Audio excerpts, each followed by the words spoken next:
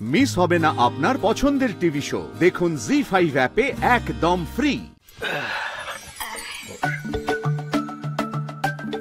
জোনাকি, তোর কাছ থেকে আমি অনেক কিছু পেয়েছি। তোর মতো একটা নাতনিকে আমি পেয়েছি। তুই এই বাড়িটাতে প্রাণ দেওয়ার চেষ্টা করছিস। আচ্ছা, তুই আমাকে একটা কথা বলতো, তুই যে বলেছিলি যে মৃত্যুর বাড়িকে এক করবি, আর কি হলো? একটু সময় লাগবে গো। সময় আমি তোকে দেবো, কিন্তু আমাকে কথা দিতে হবে আমি যেটা বলবো সেটা তুই করবি। আবার কি বলবে তুমি? এই মৃত্যুর বাড়িটাকে এক করার জন্য না আমার মাথায় একটা বুদ্ধি এসছে। বুদ্ধি? আমি ভেবেছি আমার সমস্ত সম্পত্তি আমি তোর নামে লিখে দেবো। দাদু, এটা তুমি কি বলছো? না না না না না না, বুঝতে পেরেছি, তোমার তোমার তোমার মাথাটা খারাপ হয়ে গেছে না বাবা? ভাগ্যিস বাবা এখন কেউ নেই।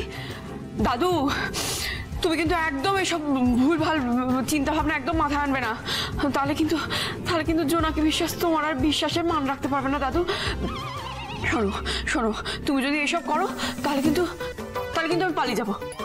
আমি কিন্তু পালিয়ে যাবো এখান থেকে। আমি আর কোনোদিন এই বাড়িতে আসবো না। আমি কিন্তু চলে যাবো একদম, আমি বলে দিলাম। শোন, আমার মাথাটা কিচ্ছু খারাপ হয়নি।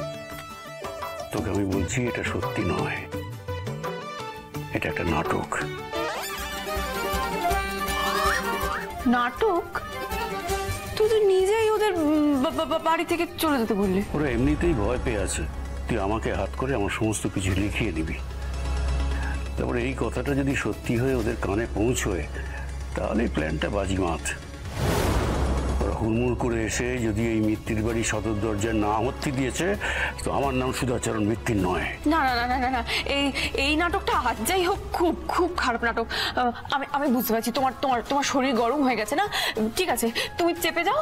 আমি রাত্রিবেলায় মেথি মৌরি মিছরির জল ভিজিয়ে রাখবো, তুমি কালকে সকালবেলা খেও। হ্যাঁ দাদু, দাদু এই নাটকটা তুমি একদম করতে চাও না, তাহলে সর্বনাশ হয়ে যাবে। দাদু তুমি থাম তো। সর্বনাশ কিচ্ছু হবে না।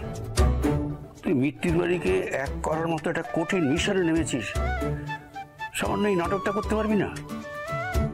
ওই বজ্জাত রঘু রায়কে ধরবার জন্য কত রকম ছদ্মবেশ ধরলি, কত রকম নাটক করলি, তো এই বেলায় পিছিয়ে যাচ্ছিস কেন? ও দাদু, আমি নাটক করতে ভয় পাচ্ছি না, কিন্তু এই নাটকটা করতে গিয়ে যদি হিতে বিপরীত হয়? না না না, হবে না। আমি আমার ছেলেদের হারে হারে চিনি। শোন, আমি তোকে বলছি এটাই একমাত্র উপায় আমার এই কুলাঙ্গার ছেলেদের হিরির করে এই বাড়িতে টেনে আনার, বুঝছিস? তো দিদাকে তো দেখেছিস কিভাবে অপেক্ষা করে থাকে তার ছেলেদের জন্য। তো দিদার মুখে হাসি ফুটবে। আমি তো বুঝি শত কষ্টেও তার বুক ফাটে, কিন্তু মুখ ফুটে না। আরে আমি তো চিৎকার করে আমার রাগ উগরে দিতে পারি, কিন্তু তোর দিদা সে তোর ভেতরে ভেতরে কষ্টে গুমড়ে মরে। এই বাড়িতে আমি, তুই আর দিদা যেমনটা ভেবেছি ঠিক তেমনটাই হবে। তুই আমার জন্য এইটুকু করতে পারবি না? মৃত্যুর বাড়ি হই হই করছে, সমস্ত পরিবারটা হই হই করছে, তুই পারবি না আমার জন্য এইটুকু করতে? জি5 ডাউনলোড করুন আর সব এপিসোড দেখুন একদম ফ্রি।